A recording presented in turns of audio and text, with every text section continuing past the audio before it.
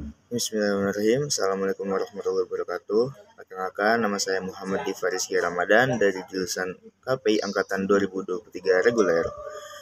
Kali ini pada tugas UAS yang saya akan jelaskan tentang mikro dan makro ekonomi dan bahkan faktor-faktor isu yang menjadi suatu penghalang pada tahun 2020 hingga tahun 2023. Dan apa saja tindakan yang perlu dilakukan untuk menanggulangi hal tersebut pada saat ini? Mari kita simak video berikut.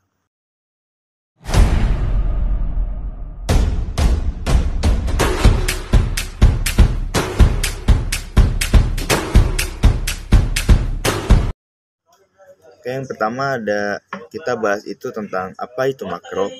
Makro adalah cabang ilmu ekonomi yang mempelajari perekonomian secara keseluruhan, termasuk kinerja, perilaku, hingga proses pengambilan keputusan. Ekonomi makro membahas tentang variabel ekonomi global seperti pendapatan nasional, pengangguran, inflasi, dan pertumbuhan ekonomi. Tujuannya adalah untuk memahami dan menganalisis perubahan ekonomi secara keseluruhan. Dan makro dan mikro adalah ilmu ekonomi yang tadi itu yang pertama itu makro dan sekarang yang mikro adalah ilmu ekonomi yang mempelajari kegiatan ekonomi dan dari produsen, dan konsumen dalam penentuan kuantitas, harga, dan alokasi sumber daya produksi. Ekonomi mikro fokus pada perspektif individu di tingkat konsumen dan upaya menemukan perspektif hukum di tingkat nasional. Tujuan dari ekonomi mikro adalah untuk memahami perilaku konsumen dan perusahaan untuk mengambil keputusan ekonomi, serta menentukan harga dan kuantitas barang dan jasa yang diperjualbelikan. Perbedaan ekonomi makro dan mikro adalah dari ruang lingkup. Ekonomi makro berupaya menemukan perspektif umum di tingkat nasional, sedangkan ekonomi mikro fokus pada perspektif individu di tingkat konsumen. Tujuannya dari ekonomi mikro adalah untuk memahami perilaku konsumen dan perusahaan dalam mengambil keputusan ekonomi, serta menentukan harga dan kuantitas barang dan jasa yang diperjualbelikan. Sedangkan tujuan dari ekonomi makro adalah untuk memahami dan menganalisis perubahan ekonomi secara keseluruhan. Teori dari ekonomi mikro membahas tentang teori harga, teori produksi, dan teori pasar.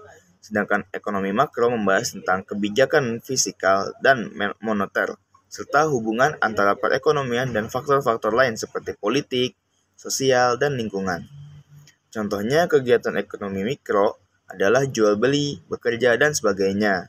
Dan kegiatan ekonomi makro adalah kebijakan fiskal dan moneter pemerintah seperti pengaturan suku bunga, pengeluaran pemerintah, dan pajak.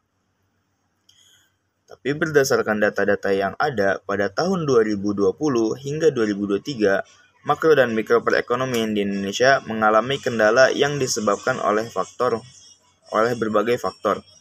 Pada tahun 2020 hingga 2023, beberapa permasalahan yang menjadi penghalang terhadap makro perekonomian di Indonesia antara lain, yang pertama ada tekanan risiko global. Itu faktor tekanan risiko global masih berpengaruh pada pertumbuhan ekonomi Indonesia, terutama pada tahun 2023, yang menyebabkan penurunan perubahan ekonomi menjadi 5,3%, Badan Pusat Statistik 2023. Inflasi. Lalu laju pertumbuhan inflasi yang mengalami peningkatan yang cukup signifikan dari tahun 2021 ke tahun 2022 yang sangat dapat mempengaruhi stabilitas perekonomian nasional. Ini diambil dari Badan Pusat Penelitian Statistik 2023. Selanjutnya ada regulasi tak efisien.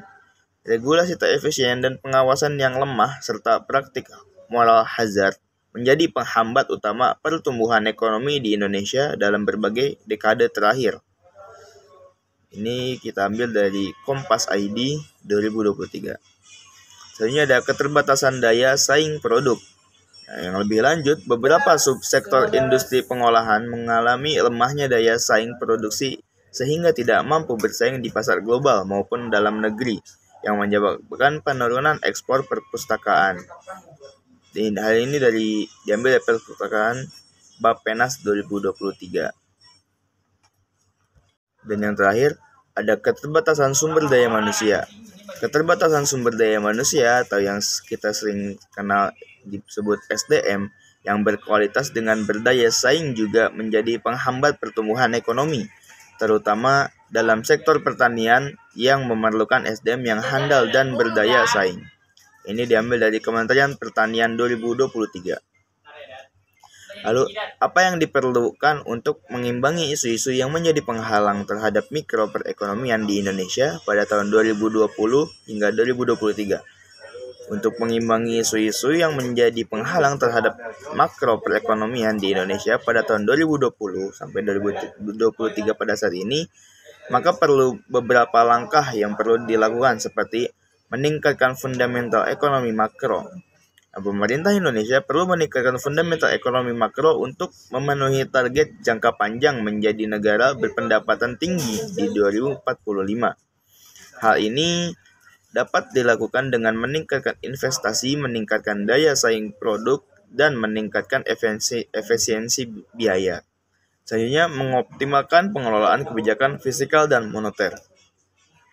Kebijakan fiskal dan moneter yang efektif perlu diterapkan untuk menghadapi tantangan ekonomi global. Kebijakan fiskal yang akomodatif dan kebijakan moneter yang agresif dapat membantu menghadapi inflasi dan mengoptimalkan pertumbuhan ekonomi. Selanjutnya ada meningkatkan pengelolaan risiko. Pemerintah perlu meningkatkan pengelolaan risiko dengan meningkatkan investasi dalam sektor-sektor strategis seperti energi terbarukan, infrastruktur, dan teknologi. Hal ini membantu menghadapi tantangan ekonomi global untuk mengoptimalkan pertumbuhan ekonomi. Selain itu, mikro perekonomian pun mengalami kendala yang disebabkan berbagai faktor pada tahun 2020 hingga 2023. Dan isu-isu yang menjadi faktor penghalang terhadap mikro perekonomian di Indonesia pada tahun 2020 hingga 2023 seperti yang pertama ada kenaikan suku bunga acuan. Kenaikan suku bunga acuan di Desember 2021 dan Maret 2022 oleh Bank Indonesia dan Federal Reserve atau The Fed telah meningkatkan biaya pengiriman dan kredit, sehingga meningkatkan biaya operasional bisnis dan mengurangi kemampuan konsumen untuk membeli produk dan jasa. Selanjutnya ada eskalasi tensi geopolitik. Konflik Rusia-Ukraina telah meningkatkan harga komoditas seperti energi dan pangan, yang berdampak pada tekanan inflasi domestik dan meningkatkan biaya operasional bisnis. Dan yang terakhir ada pandemi COVID-19. Pandemi COVID-19 telah menyebabkan penurunan fungsi intermediasi perbankan, perlambatan pertumbuhan penyaluran kredit, dan penurunan aktivitas ekonomi, sehingga mengurangi kemampuan konsumen untuk membeli produk dan jasa. Pandemi COVID-19 ini termasuk salah satu faktor yang sangat besar sebagai faktor penghalang terhadap mikro perekonomian di Indonesia. Pandemi COVID-19 memiliki dampak yang sangat signifikan terhadap mikro perekonomian di Indonesia, diantaranya yang pertama ada penurunan pendapatan. Dari pandemi COVID-19 telah menyebabkan penurunan pendapatan para pelaku UMKM karena adanya perubahan pemerintahan, pasar, dan penurunan penjualan.